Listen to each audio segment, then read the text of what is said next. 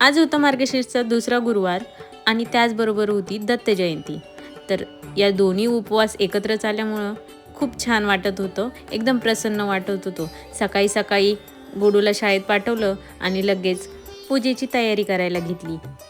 मागच्या गुरुवारी छान अशी पूजा नाही म्हणता आली, त्याचं गिल्ट वाटत होतं आठवडाभर, पण ह्यावेळेस पूजा एकदम छान मांडली। देवाचे भांडे स्वच्छ करण्यापासून तर उंबरठा पूजन करण्यापर्यंत खूप छान आणि प्रसन्न वाटत होतं। उंबरठा पूजन केलं आणि लगेच उंबरठ्यापाशी रांगोळी पण काढून घेतली। रांगोळीमध्ये मी जास्त काही कलर यूज नव्हते केले, जे आहेत हळदीचा आणि कुंकवाचा कलर यूज केला होता।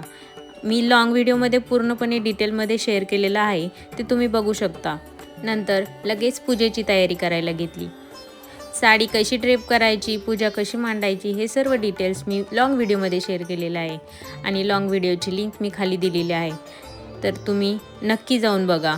पूर्ण पूजेसाठी म्हणजेच रांगोळी, उंबरठा पूजन आणि देवाची भांडी घासणे या पूर्ण गोष्टीसाठी मला जवळजवळ 3 ते 4 तास लागले आणि त्याचबरोबर गुरुचरित्राचा 14वा अध्याय पण वाचला मी।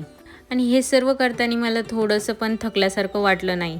मी तुम्हाला नेहमी सांगत असते की मला रांगोळी काढणं आणि सजावट करणं यात खूप जास्त इंटरेस्ट आहे आणि कधी-कधी मी असं लगेच थकून जाते, पण आज उपवास असताना पण मला अजिबात थकल्यासारखं वाटलं नाही। देवाची कृपाच म्हणावी असं मला वाटतं। देवीला साडी ड्रेप केली, नंतर दागिने वगैरे चढवले आणि नंतर गजरा लावला।